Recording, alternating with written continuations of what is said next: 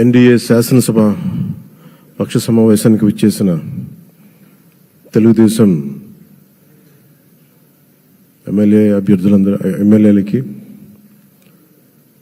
జనసేన ఎమ్మెల్యేలకి, భారతీయ జనతా పార్టీ ఎమ్మెల్యేలకి మనస్ఫూర్తిగా మీ అందరికీ నా హృదయపూర్వక నమస్కారాలు. మీ అందరికీ నా హృదయపూర్వక స్వాగతం తెలియజేసుకుంటున్నాను. వేదిక పైన తెలుగుదేశం రాష్ట్ర అధ్యక్షులు, మన తెలుగుదేశం పార్టీ రాష్ట్ర అధ్యక్షులు శ్రీ అచ్చెన్నాయుడు గారికి,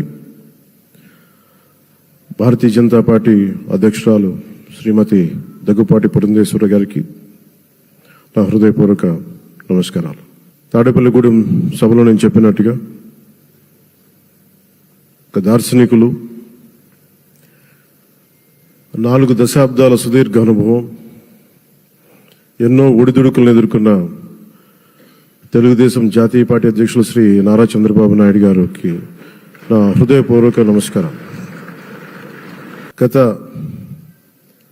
దశాబ్ద కాలంలో రాష్ట్ర విభజన జరిగినప్పటి నుంచి ఆంధ్ర రాష్ట్ర ప్రజలు నలిగిపోతున్నారు. గత 5 సంవత్సరాలుగా మరి రాష్ట్రంలోని విపత్కర పరిస్థితులు తెలుసు.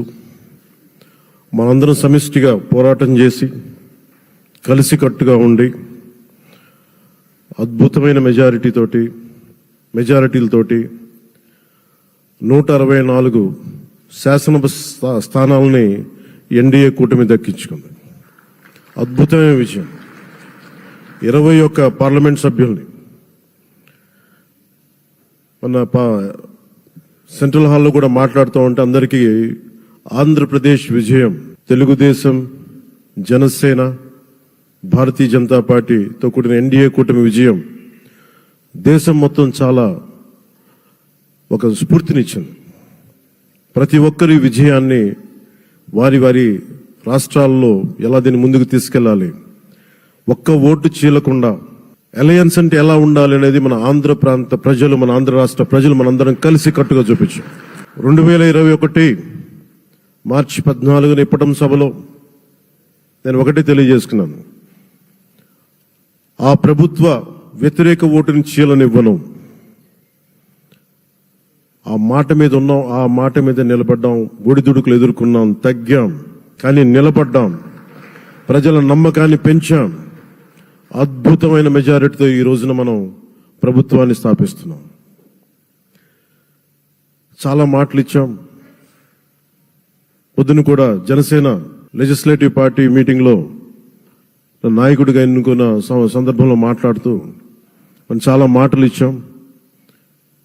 ఇది కక్ష సాధింపులకి సమయం కాదు, ఇది వ్యక్తిగత దూషణలకి సమయం కాదు. ఇది 5 కోట్ల మంది పైగా ప్రజలు మన మీద నమ్మకాన్ని పెట్టుకున్నారు. మన మీద మనందరం ఉమ్మడిగా, మనందరం సమిష్టిగా ఆంధ్రప్రదేశ్ ప్రజలు ఏ అభివృద్ధి అయితే కోరుకుంటున్నారో మనందరం సమిష్టిగా దీన్ని ముందుకు తీసుకెళ్లాలి, అభివృద్ధి పథంలో నడిపించాలి. విద్య, వైద్యం, ఉపాధి, సాగునీరు, తాగునీరు, లా అండ్ ఆర్డర్ ఇవన్నీ చెప్పొచ్చాం. మనం బలంగా నిలబడతామని. అలాగే మేనిఫెస్టోలో, ఉమ్మడి మేనిఫెస్టోలో చాలా మాటలు ఇచ్చాం. వాటన్నిటినీ బాధ్యతగా ముందుకు తీసుకెళ్లాల్సిన అవసరం ఉంది. ఇలాంటి ఛాలెంజింగ్ టైమ్స్లో ఒక సుదీర్ఘమైన అనుభవం ఉన్న నాయకులు కావాలి. 4 దశాబ్దాల అనుభవం, అభివృద్ధి మీద అపారమైన అవగాహన, పెట్టుబడులను తెచ్చే సమర్థత, ప్రతిభ, విదేశాల్లో ఉండే నాయకుల్ని, మలేషియా దగ్గర నుంచి, సింగపూర్ దగ్గర నుంచి, యూరోప్ దగ్గర, అమెరికా నుంచి, ఆ దేశాల అధ్యక్షుల్ని తెలుగు రాష్ట్రాల వైపు దృష్టి మళ్లించేంత శక్తి, సమర్థత ఉన్న శ్రీ నారా చంద్రబాబు నాయుడు గారికి ఆయన నాయకత్వం చాలా అవసరం, ఆయన అనుభవం చాలా అవసరం. అలాంటి అపారమైన అనుభవం ఉన్న వ్యక్తిని, అనుభవం ఒకటే కాదు, ధైర్యశాలి. ఈ రోజుకి నాకు ఒకటే గుర్తుంటుంది. మన తాడేపల్లిగూడెం సభలో చెప్పాను, చాలా క్లేమోర్ మైన్స్ పేలిపోతే, జీప్ ఎగిరిపోయి కింద పడితే చొక్కా దులుపుకొని ఆయన మళ్ళీ వచ్చి రాజకీయం చేసిన వ్యక్తి. ఈ రోజున సైబరాబాద్ ఉంది అంటే అది శ్రీ చంద్రబాబు నాయుడు గారి దార్శనికత. అలాంటి వ్యక్తి,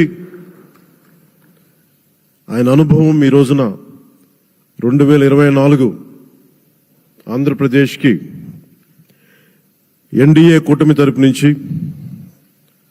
ముఖ్యమంత్రి అభ్యర్థిగా శ్రీ నారా చంద్రబాబు నాయుడు గారి పేరుని జనసేన పార్టీ పక్షాన నుంచి మేము బలపరుస్తున్నాం.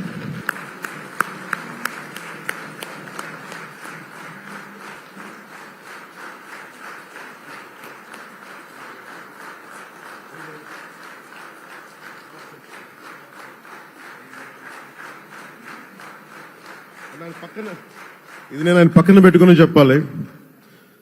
ఆయన నలిగిపోయారు. జైల్లో చూశాను ఆయన. పాపం భువనేశ్వర్ గారి బాధను చూశాను. నేను అనుకున్నాను, అమ్మ మీరు కన్నీళ్ళు పెట్టకండి, మంచి రోజులు వస్తాయని చెప్పిన మంచి రోజులు వచ్చినాయి.